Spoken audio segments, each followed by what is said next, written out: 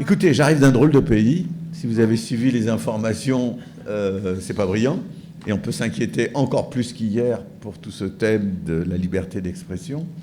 Et donc, je vais vous parler de l'expérience française. Alors, évidemment, il y a énormément de choses que l'on peut dire. Donc, c'est un ensemble d'éclairages. Ça n'est pas c'est pas un panorama de tous les problèmes liés à cette question, mais j'ai choisi ceux qui me semblaient les plus pertinents, ou peut-être tout simplement les plus dans mes préoccupations un peu personnelles. Je vais partir d'une remarque très générale. Je vais faire une ou deux remarques très générales pour entrer ensuite dans des choses beaucoup plus concrètes.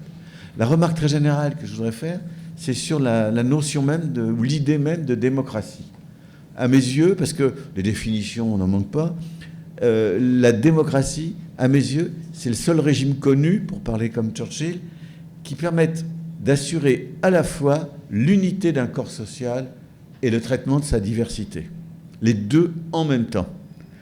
Nous sommes un et nous sommes plusieurs. J'ose pas dire comme les Américains et pluribus unum, parce que ça veut dire autre chose. C'est l'idée américaine, hein, c'était en fait 13 lettres pour indiquer qu'il y a 13 colonies qui sont unies. Donc c'est autre chose. Mais c'est quand même ça l'idée pour moi démocratique avant tout, c'est l'unité et la diversité à l'intérieur d'un même dispositif, appelons-le politique. Et évidemment, ce dispositif doit toujours reposer sur un équilibre très fragile, car il est difficile de dire qu'il est cohérent de penser en même temps la diversité et l'unité. C'est quand même assez difficile. Et donc il y a toujours des risques en démocratie de voir privilégier soit l'unité au détriment de la diversité, soit le contraire. Et donc quand on veut mettre en avant l'unité du corps social, très souvent, on le fait au détriment de la liberté, et en particulier de la liberté d'expression. Et quand on veut faire uniquement fonctionner la diversité, c'est au risque de voir, non pas depuis le haut, mais plutôt depuis le bas, toutes sortes de groupes, de mouvements, d'acteurs, mettre en avant leurs idées, leur vision des choses, leurs intérêts, au détriment des autres et de la liberté d'expression également au sein de la collectivité. Donc, l'importance pour moi de la démocratie, c'est quand elle est capable d'articuler cette double exigence, respecter l'unité, respecter la diversité, en même temps. Alors la liberté d'expression, qui est évidemment pas très loin de la liberté de penser, de la liberté de conscience, ça touche à la religion, ça touche à la vie privée, à la vie politique, à la circulation des personnes, et évidemment, j'en parlerai aussi à la vie académique. Alors, je vais vous parler de la France, puisque c'est ce qui m'a été demandé. C'est une démocratie. Je ne dis pas du tout que la France est une démocratie illibérale, comme la Hongrie. Mais il y a des petites teintes illibérales dans le fonctionnement démocratique français.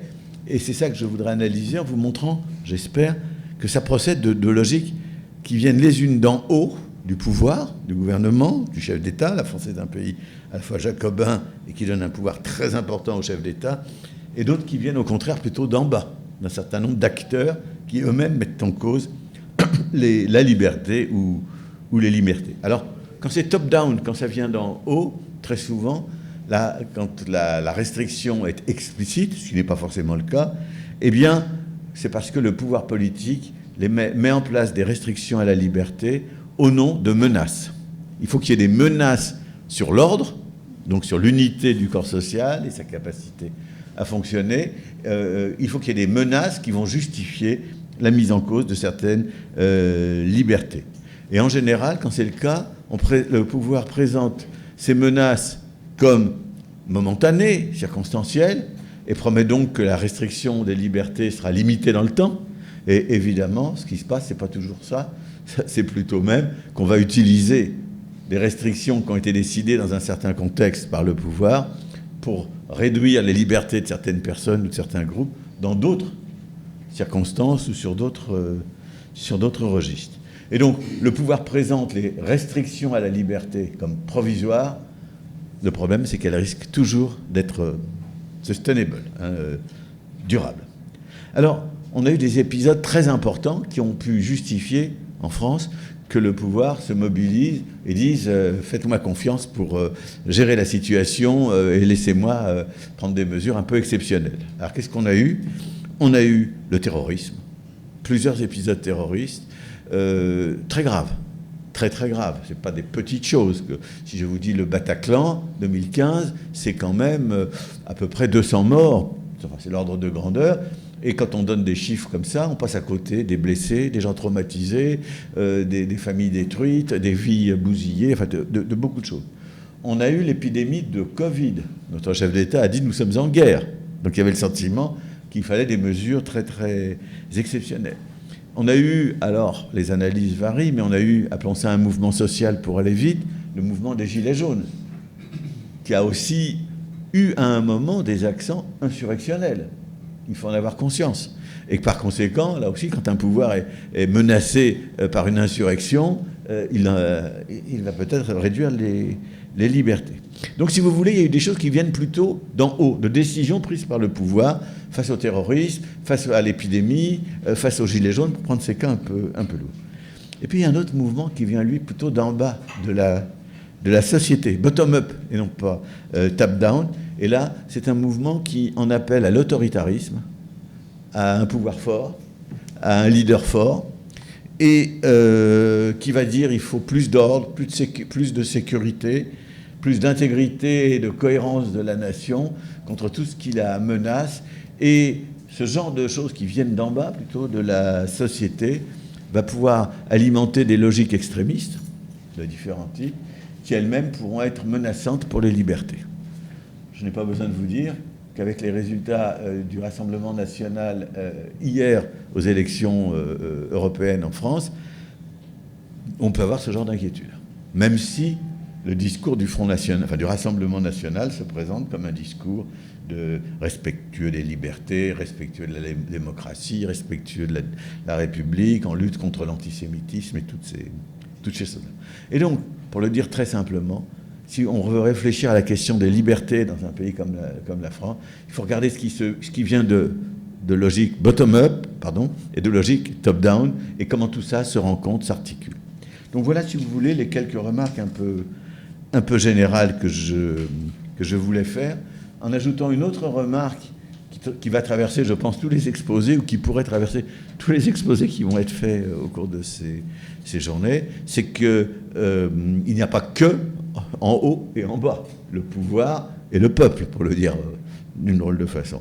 Il y a aussi le fait que nous sommes dans une société où tout ce qui est circulation des idées, des informations, des fake news, etc., a considérablement changé depuis une trentaine d'années, à peu près, avec le numérique.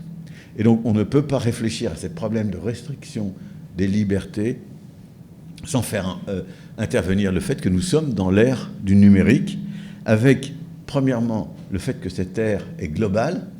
Le numérique n'a pas de frontières. Donc, des discours, enfin des tentatives de mettre en cause la liberté ou d'en abuser, ces choses-là peuvent circuler immédiatement et à l'échelle de la planète.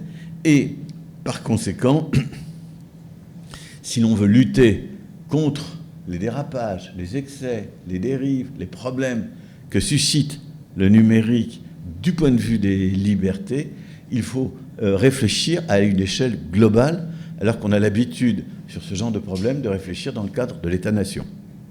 Donc un problème supplémentaire que je voulais indiquer est celui-ci. La réflexion n'est pas seulement internationale, elle est globale. C'est-à-dire qu'il faut prendre ces problèmes dans l'espace du monde et pas simplement dans l'espace national. Je donne un tout petit exemple pour être très, très élémentaire, à propos de la France.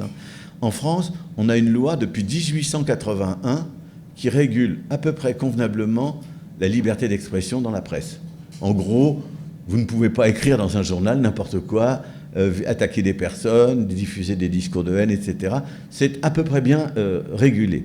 C'est une législation nationale et qui précède évidemment d'un siècle l'ère du numérique. Aujourd'hui, cette législation est complètement dépassée avec les réseaux sociaux, avec Internet.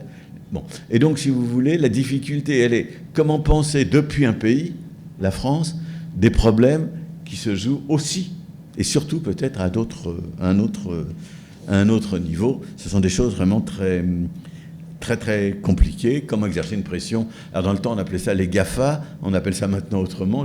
Moi, je ne suis pas ça d'assez près. Enfin, comment réguler le numérique ces grandes entreprises, qui quand même ont un pouvoir énorme, comment les réguler alors qu'elles fonctionnent à une échelle planétaire.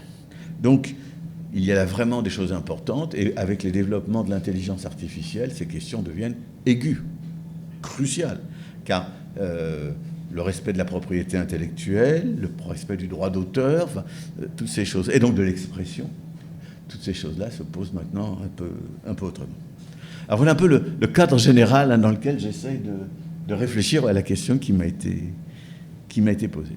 Alors je vais prendre maintenant quelques problèmes, tout ça fait quand même un peu système, mais quelques problèmes plus grands. Premier problème, le terrorisme. Alors l'histoire, j'ai passé 10 ans de ma vie à étudier le terrorisme, donc c'est vraiment un dossier que je connais bien. Je ne dis pas que je sais tout, mais que je connais bien. Le terrorisme a connu différents épisodes en France. On a d'abord eu, si je ne remonte pas trop loin dans le temps, on a d'abord eu la guerre d'Algérie. Il y a eu du terrorisme, y compris en France métropolitaine, d'une part des indépendantistes, y compris parfois entre eux, et d'autre part de ceux qui voulaient que l'Algérie reste française, l'OAS.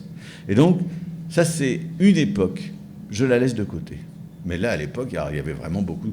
C'est une époque où la censure existait. Pendant la guerre d'Algérie, il y avait la censure. On ne pouvait pas publier n'importe quoi. Enfin, dire la vérité, c'était impossible. Et puis, c'est pas ça qui m'intéresse. Il y a ensuite une autre époque qui n'est pas intéressante non plus du point de vue qui m'intéresse. C'est l'époque qui nous mène de la fin de la guerre d'Algérie jusqu'aux années, disons, milieu des années 80. Donc ça fait quand même 62, 82, disons, une bonne 20-25 ans. Là, il y a du terrorisme, mais qu'est-ce que c'est que ce terrorisme-là? C'est, il faut être un tout petit peu plus précis, soit du terrorisme d'extrême gauche, action directe, soit du terrorisme appelons-le régionaliste ou nationalitaire. Il n'y en a pas beaucoup, mais enfin, il y en a un tout petit peu. À Versailles, avec le mouvement breton, enfin, c'est des petites choses, soit encore du terrorisme international, c'est-à-dire Carlos, pour ceux qui se souviennent de cette période-là, c'est-à-dire des gens qui, au nom en général de la cause palestinienne, parfois d'une autre cause, par exemple l'arménienne, mettent des bombes, font des attentats. Tout ça est très limité, et tout ça est géré sur un autre mode que celui de la liberté d'expression. C'est ça que je veux dire. Le problème n'est pas d'empêcher les gens de dire, de s'exprimer. Le problème des autorités françaises, c'est de se débarrasser des terroristes, en particulier internationaux. C'est pas toujours très brillant. Alors, je laisse ça de côté, c'est pas là où les choses commencent. Et puis, va arriver ce qu'on peut appeler l'ère du djihadisme. Et là, les choses vont commencer à changer, avec en particulier des attentats qui vont de plus en plus mettre en cause la capacité des autorités à assurer la sécurité. Ce qui n'était pas le cas avant. Beaucoup. Alors, je ne vais pas vous faire tout l'historique de tout ça. Mais on va voir apparaître un certain nombre de mesures législatives. J'en cite une ou deux qui sont importantes. 9 septembre 86, loi relative à la lutte contre le terrorisme et contre les atteintes à la sûreté de l'État.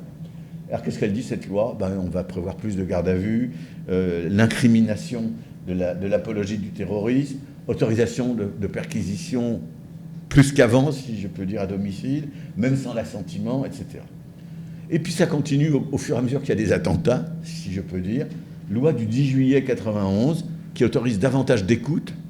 Loi du 22 juillet 92, sans parler du plan Vigipirate. Si vous allez dans Paris, vous voyez parfois des hommes en armes. C'est des mesures antiterroristes. Là, ce n'est pas de la restriction de la liberté d'expression, mais enfin, c'est quand même des mesures très répressives, c'est un dispositif militaire. Et tout va dans le même sens. Tout va dans le même sens dans ces années 90 et début des années 2000. Au nom de la lutte contre le terrorisme, on prend des mesures législatives qui réduisent les libertés en général, et pas seulement pour les terroristes. C'est ça le problème sur lequel je veux insister. Un échelon supérieur est franchi en 2015, parce que là, il y a des attentats terribles. J'ai évoqué le Bataclan. Bon, et alors là, état d'urgence, décrets qui permettent au préfet... En France, pour ceux qui ne connaissent pas les institutions françaises, le préfet, c'est le représentant de l'État au niveau départemental. Donc c'est un personnage très important. Donc des décrets qui permettent au préfet de restreindre les déplacements, d'interdire de séjour à certains endroits, à certaines personnes, parce qu'elles sont susceptibles de créer des troubles à l'ordre public. Le préfet peut interdire certaines réunions, fermer des lieux de réunion, etc. Et puis d'autres mesures qui ne vont pas cesser d'être prises, toujours pour mieux lutter contre le terrorisme. Alors, ce que je voudrais signaler ici, c'est que ces mesures, évidemment, peuvent être appliquées à d'autres que djihadistes.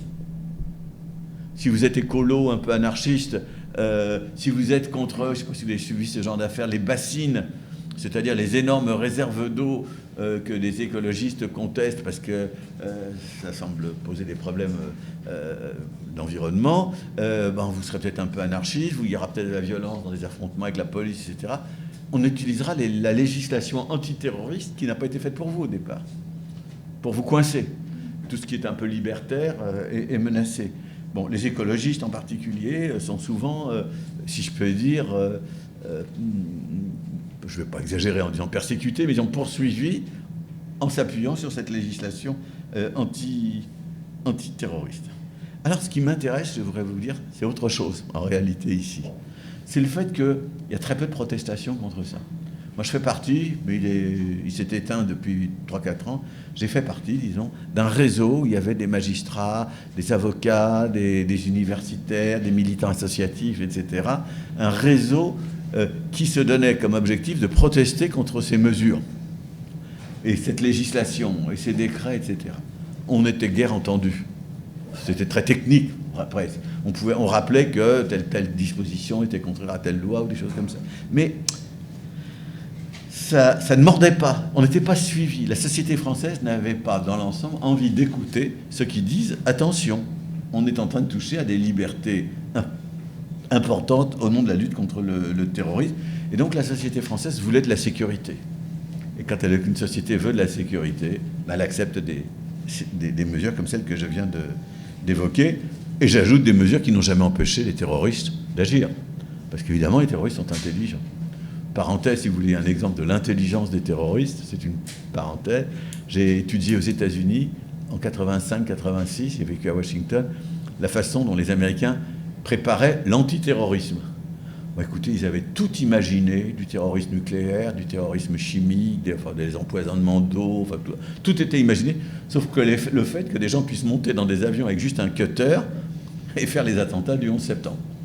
Donc, autrement dit, les terroristes ont une intelligence très, très réelle et savent réfléchir et donc contourner la législation.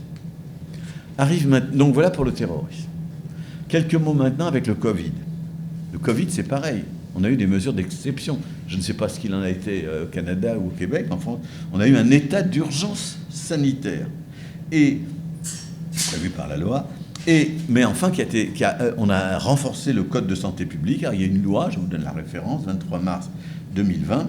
Et dans cette loi, le préfet, ou le Premier ministre même, peut ordonner du confinement à domicile. Donc, le pouvoir politique s'arroge le droit d'obliger les gens, ou certaines catégories de la population, à rester chez eux. Des réquisitions sont possibles. On peut interdire des rassemblements. Il y a eu un événement très intéressant dans la foulée un peu des manifestations un peu partout dans le monde après la mort de George Floyd, vous savez, ce noir américain qui a été tué par un policier. En France, on a eu une affaire qui ressemblait un petit peu à ça, Traoré. Et je ne rentre pas dans le détail de cette affaire. Eh bien, la famille a organisé sur les réseaux sociaux un rassemblement qui était interdit. Il y a quand même eu, je crois, 20 000 personnes, ce qui était assez... Bon. Mais c'était interdit. Voilà. Parce que le Covid, ce genre de choses. Et donc, il y a un petit peu de débat public. C'est pour ça que j'évoque cette manifestation. Mais enfin, pas tellement. Il n'y a pas tellement de gens qui luttent pour les libertés. Quand on a dit aux Français confinement, mesures de restriction, etc., plus ou moins acceptés. Et sont venus ensuite des événements très intéressants de ce point de vue-là. C'est quand le gouvernement a décidé donc qu'il fallait un pass sanitaire, c'est-à-dire une sorte de passeport pour pouvoir circuler, et qui démontrait qu'on était vacciné. Si on n'était pas vacciné, on pouvait même perdre son emploi dans certains cas. Enfin, ça a été extrêmement violent. Si on n'était pas vacciné, on n'avait pas le droit de prendre certains trains, etc. Et donc, si vous voulez, on prend des mesures restrictives, ici, liberté de circulation, au nom d'une certaine politique sanitaire. Et donc, ça pose problème, surtout quand on fait une analyse sociologique de qui est protégé et qui n'est pas protégé par ces mesures. Est-ce que tout le monde est comment dire, soumis aux mêmes règles? Évidemment pas. Il vaut mieux être riche, habiter à la campagne, avoir une maison avec une grande résidence et un jardin dans lequel on peut se promener en période de confinement, hein, qu'être pauvre, habiter un petit logement dans un quartier populaire, ne pas avoir un bon accès à Internet, etc. Bon. Et donc, ces restrictions ont pesé sur la liberté, et certains ont dit de façon abusive ou de façon excessive. J'ajoute enfin un dernier point, la répression des manifestations, qui est aussi quelque chose qui met en cause les libertés. Avec les gilets jaunes, ça a commencé là, les forces répressives en France sont, si je peux dire, montées en puissance. C'est-à-dire que la répression a été beaucoup plus violente et beaucoup plus organisée qu'elle pouvait l'être avant pour empêcher les manifestations, qu'elle les canaliser. Des manifestations qui elles-mêmes, c'est vrai, pouvaient tourner à la violence. Là, je ne vais pas rentrer dans l'analyse de ces violences, mais dans un contexte de forte mobilisation sociale, il peut y avoir des mesures de restriction de liberté. Voilà un premier ensemble d'éclairages que je voulais vous proposer. Le deuxième ensemble d'éclairages que je voudrais vous proposer, et j'y reviendrai tout à fait à la fin de mon petit topo, vous m'arrêtez si je suis trop long, hein. Le deuxième dossier, c'est celui de tout ce qui touche à l'antisémitisme. C'était un dossier vraiment intéressant, si je peux dire. Je ne sais pas ce qu'il en est au Québec, mais ça ne va pas être très différent de ce que nous avons vécu en France. En France, dans les années 60 à 90, en gros, du siècle dernier, en gros, on pouvait penser que l'antisémitisme allait devenir résiduel, qu'il y en aurait de moins en moins. Il y avait 3 raisons à ça. La première, c'était qu'on découvrait ce qu'avait été la Shoah. Parce que contrairement à une idée trop simple qu'on peut avoir, les Français n'ont pas découvert la Shoah massivement en 1945, après la guerre. Ils en ont pris conscience dans les années 60 et 70 seulement. Ça a été la même chose aux États-Unis. Il a fallu le film qui s'appelle, enfin la série télévisée qui s'appelait Holocauste, pour que l'opinion en général prenne conscience de ce qui s'était vraiment passé. On n'en parlait pas, c'était pas secret bien sûr, mais on n'en parlait pas autant qu'on s'est mis à en parler. Et ça a eu un effet, c'est le premier point, de sidération. Et quand il y a de la sidération, dans ce cas-là, en tout cas, il y a eu de la bienveillance pour les Juifs. Là, on s'est dit brusquement, c'est terrible ce qui s'est passé. Ensuite, il y a eu une image positive d'Israël à cette époque-là. C'est important pour réfléchir à aujourd'hui, bien sûr. Israël, dans les années 60-70, c'est le David qui a battu Goliath avec la guerre des 6 jours, hein, un tout petit pays qui bat toute une coalition de pays arabes. C'est des gens qui font pousser des fleurs et des fruits dans le désert. C'est des gens qui réalisent l'utopie socialiste du kibbutz. Enfin, vous voyez, l'image d'Israël est, dans l'ensemble, je vais retirer ma veste, plutôt positive. Et enfin, troisièmement, cette époque, c'est aussi l'époque où la vie culturelle générale accepte de bien accueillir des artistes, des écrivains, des cinéastes, etc., juifs, qui s'expriment en tant que juifs pour un public qui n'est pas seulement juif. C'est pas l'entre-soi. C'est pas les gens qui se réunissent entre eux pour rigoler des mêmes histoires drôles. Non, c'est Woody Allen, pour prendre un exemple au cinéma. Woody Allen, ça fait rire pas seulement les juifs new-yorkais. C'est peut-être même eux que ça fait pas forcément rire le plus. Bon. Et ça a une valeur universelle. Et pourtant, il s'exprime en tant que juif. Ou si vous préférez, dans l'ordre de la littérature, Philippe Roth. Voilà. Alors, il y a toute cette inventivité. Et tout ça se renverse à partir de la fin des années 90, à peu près. C'est pas si simple que ça. Avec, 1, l'image d'Israël qui devient de plus en plus négative. 2, on parle autrement de la Shoah. Maintenant qu'on a compris ce que c'était, on commence à dire, mais il y a eu d'autres victimes. Enfin, les discours deviennent de plus en plus critiques. Et puis, cette créativité culturelle des années 60-70, elle s'est émoussée. Alors, je raconte tout ça pourquoi ? C'est pour vous dire que ça n'empêche que tout ça fait que jamais l'antisémitisme a complètement disparu et qu'il a pu circuler et s'exprimer. Et donc là, c'est le problème inverse de la liberté d'expression, c'est comment éviter la circulation des discours haineux. Eh bien, on n'a pas su en France l'éviter. Et surtout, la question de la liberté d'expression en France, au moment de certains attentats terroristes, je pense à celui de Charlie Hebdo et Bon. La question de la liberté d'expression a été au cœur de certains débats liés à la question du terrorisme et à la question juive.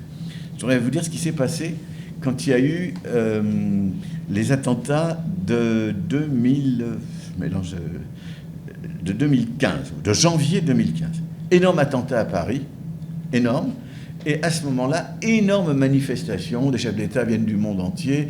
On voit même Netanyahou pas très loin des autorités palestiniennes. Enfin, ça donne une drôle d'image. Et dans ce contexte, le gouvernement demande dans toutes les écoles publiques 1 minute de silence. Et il y a des élèves, pas très nombreux, mais quand même, qui refusent cette minute de silence pour les victimes du terrorisme. Alors, pourquoi est-ce qu'ils la refusent?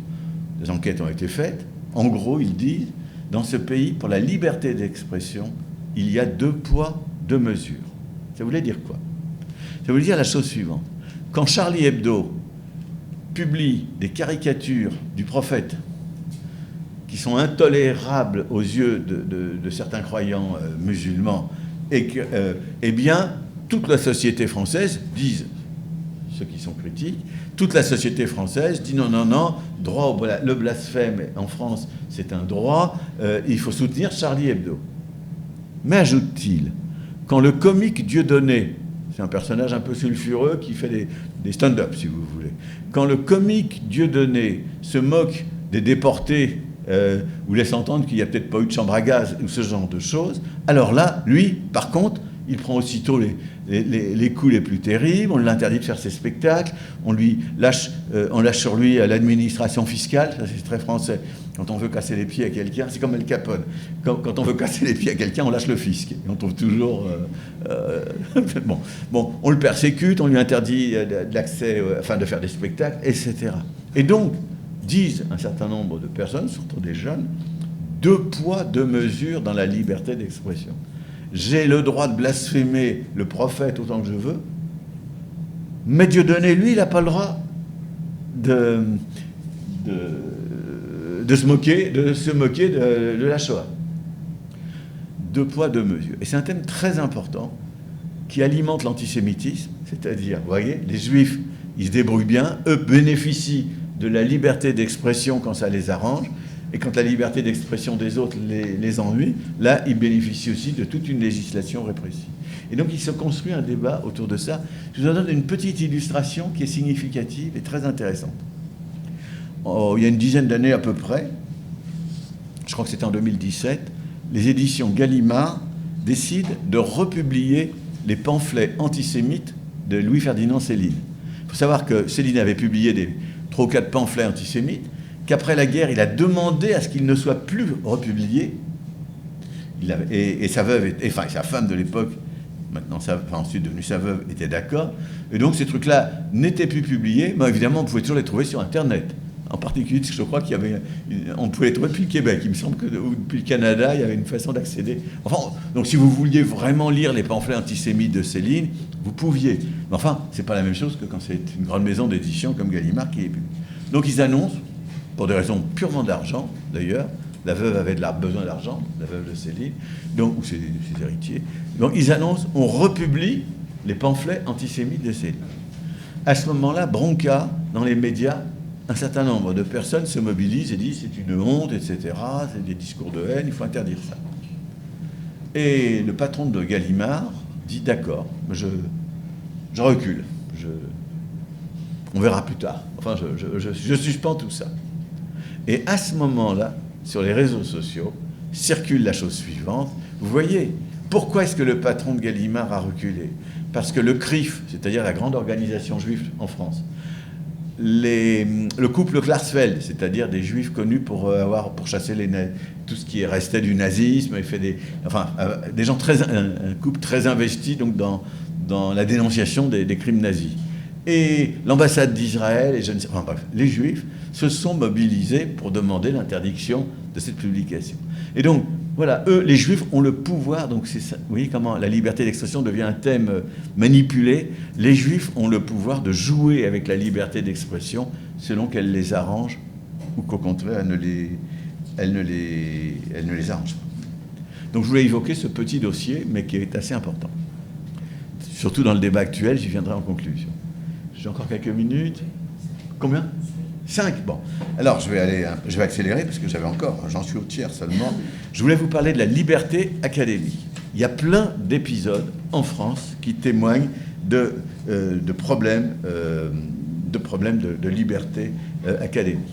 Ce que je voudrais vous dire, je ne vais pas rentrer dans le détail parce que je manque de temps, je laisserai mon papier ici, que vous pouvez le faire circuler, mais premièrement, ces problèmes ne sont pas uniquement le fait d'une orientation plutôt que d'une autre.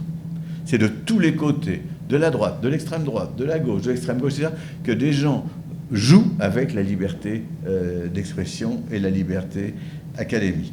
J'ai vécu, moi, un épisode avec un très bon historien qui avait eu le malheur de dire qu'il soutenait un autre historien, Bernard Lewis, qui avait dit qu'il ne fallait pas parler de génocide à propos de l'affaire arménienne. Ça avait fait un énorme tollé où la liberté d'expression avait été en cause. Moi, vous avez en face de vous un mâle dominant blanc.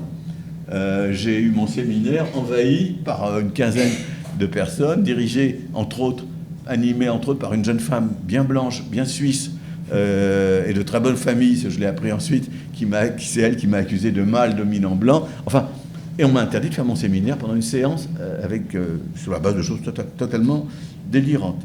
On m'a demandé il y a eu toute une manifestation à l'intérieur de l'école des hautes études, organisée essentiellement par un historien qui est connu pour ses orientations très à droite, pour empêcher l'avenue d'Hubert Védrine, ancien proche de François Mitterrand, accusé de coopération avec les génocidaires au Rwanda, etc. Donc, je peux vous citer des exemples dans tous les côtés. C'est ça que je voulais vous dire de ces problèmes d'intolérance d'un type ou d'un autre. Alors, ce que je pense, et c'est ça peut-être sur lequel je vais conclure pour ne pas exagérer avec mon temps de parole, c'est que si on veut comprendre ce qui se passe dans les universités du point de vue des libertés académiques, il faut faire intervenir plusieurs logiques. D'une part, au sein du pouvoir, ou pas très loin, des gens ont poussé pour dénoncer le soi-disant wokisme. Vous avez en face de vous un wokiste, islamo-gauchiste et tout ce qu'on voudra, aux yeux de la ministre de la Recherche, qui a voulu avoir ma peau pour d'autres raisons que ces questions-là, et j'étais obligé, au bout de 2 ans de bataille, de démissionner de mes fonctions qui étaient évoquées tout à l'heure, de président de la Maison des sciences de l'homme. Donc là, c'est, si vous voulez, des jeux politiques qui viennent d'en haut et qui ont quelque chose à voir avec le durcissement droitier et idéologique de la classe politique française et de la population en général. Ça, c'est la première chose. La deuxième chose, c'est que ces questions universitaires ont quelque chose à voir avec la crise des institutions universitaires. On parle beaucoup de Sciences Po, je terminerai par ça. On parle beaucoup de Sciences Po. C'est une institution dont la gouvernance va très mal, et depuis plusieurs années. Et je pourrais vous parler de ce qui se passe un petit peu chez moi. Donc des logiques qui soit viennent d'en haut et du monde politique, mais qui répercutent des trucs qui travaillent la société, soit des logiques liées à une crise du système ou même d'une institution ou d'une autre, et qui vont prendre un tour McCarthyiste. Il a été question, il y a 2-3 ans en France, par exemple, d'exiger, en gros, des universitaires qu'ils s'affirment comme des bons républicains. Et s'ils ne le faisaient pas, on commençait à dire... Bon. Troisièmement, tout ceci vise avant tout les sciences humaines et sociales, nos disciplines. Nos disciplines étaient en pointe dans les années 60-70 dans le débat public. La figure de l'intellectuel, venait le grand chercheur en sciences sociales. C'était plus Sartre ou... Bon. Eh bien, c'est fini aujourd'hui, et nous sommes le mal. Nous sommes ceux qui faisons du décolonialisme, du postcolonialisme, de l'islamo-gauchisme, de l'intersectionnalité. Alors en France, je ne sais pas si ce débat existe ici, de l'écriture inclusive, de la théorie du genre, de la théorie je ne sais plus quoi de la race. Enfin, bon, nos disciplines ne sont plus vues que comme ça, ce qui veut dire aussi qu'on doit réfléchir à nous-mêmes, à ce que nous faisons. C'est pas, je ne dis pas qu'on a raison à 100% dans tous ces débats. Mais oui, il y a une crise aussi des sciences sociales. Voilà. Donc c'est un point auquel je voulais dont je voulais dire un mot. Ça prend l'allure aussi, cette pression. C'est parfois à l'intérieur d'une institution qu'il y a un problème immédiat. C'est parfois un peu plus diffus. Il y a eu tout un groupe qui s'appelle le Printemps républicain, donc qui mériterait qu'on en parle beaucoup plus longuement. Et je sais qu'un livre va sortir à la rentrée sur ce groupe, qui exerce une pression constante pour restreindre les libertés académiques, et qui est un groupe animé en partie par des universitaires aigris, plein de ressentiments, alors qu'ils ne comprennent rien à la French Theory. Je ne dis pas qu'il faut l'aimer, mais enfin, quand on en parle, il faut mieux la connaître, qui disent que Derrida, c'est n'importe quoi, sans avoir vraiment lu Derrida, etc. Bon, donc, il y a du ressentiment, de la frustration. C'est aussi une autre dimension de ces questions. Alors, je termine par Sciences Po. Parce que là, ce sont des choses plus récentes et je crois de la plus haute importance. Un peu comme aux États-Unis, il y a eu, après le 7 octobre dernier, il y a eu à Sciences Po quelques étudiants qui se sont mobilisés pour défendre la cause palestinienne, et parfois, pas toujours, mais pour la défendre sur un mode de soutien au Hamas. Et par conséquent, le Hamas, ce sont des résistants, ce sont des combattants de la liberté, et on ne parle pas de ce qui s'est passé le 7 octobre. Bref, certains, je ne dis pas tous, au contraire, mais enfin, on a dans ce mouvement d'occupation de locaux, d'assemblée générale, etc., de pression sur l'institution pour qu'elle coupe les ponts avec les universités israéliennes, ce genre de choses, on a vu dans ce mouvement apparaître des thèmes antisémites ou pas très loin. Je veux dire, l'antisémisme apparaît quand les mêmes demandent non pas la fin de la guerre, etc., mais la destruction de l'État d'Israël. Parce que vous pouvez critiquer la Corée du Nord, la Russie de Poutine, tel ou tel émirat arabe. Vous ne dites pas la Corée du Nord, tel ou tel émirat, la Russie de Poutine doivent disparaître. Vous dites, je souhaite un autre régime dans ces sociétés. Quand il s'agit d'Israël, c'est là où apparaît le soupçon d'antisémitisme. Certains disent qu'il faut détruire cet État, les Juifs à la mer. Alors, je le dis, pourquoi ? Parce que ces mouvements, il y en a également dans l'institution à laquelle j'appartiens, l'École des hautes études. Ces mouvements sont là où ils sont le plus visibles, c'est là où la gouvernance de l'institution est le plus en crise, et là où le modèle même de l'institution est défaillant. Sciences Po n'est plus Sciences Po. On peut le regretter, on peut s'en réjouir, c'est autre chose, mais Sciences Po n'est plus conforme à son modèle fondateur, ou en tout cas au modèle que l'on a connu dans les années, ce qu'on appelle en France les 30 glorieuses, les 30 années d'après-guerre. Et donc je pense que la crise, la mise en cause des libertés est d'autant plus forte que la gouvernance est maladroite, ne sait pas ce qu'il faut faire, qu'elle est en crise, que les gens s'engueulent, enfin il se passe toutes sortes de choses, et que le pouvoir politique s'immisce dans ces affaires-là sur un mode particulièrement répressif. Je ne sais pas si vous le savez, mais le Premier ministre, alors qu'on a accusé à tort, en plus, les étudiants manifestants dans Sciences Po d'être antisémites, c'était une accusation, dans le cas précis, qui a fait beaucoup de bruit, excessive. Il y a eu juste une personne dont il n'est même pas certain que... Enfin, vous voyez, eh bien, le Premier ministre est venu au conseil d'administration de Sciences Po pour dire le gouvernement ne laissera pas faire, etc. Ce qui est un abus, et tous les dirigeants, tous les responsables de Sciences Po ont été outrés.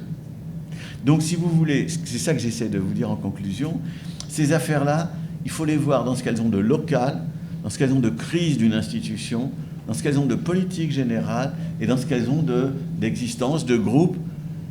Moi, je pense qu'une institution, on peut être d'accord ou pas, c'est autre chose, mais une institution comme Sciences Po n'a pas à réprimer des étudiants qui disent, nous, on soutient la cause palestinienne.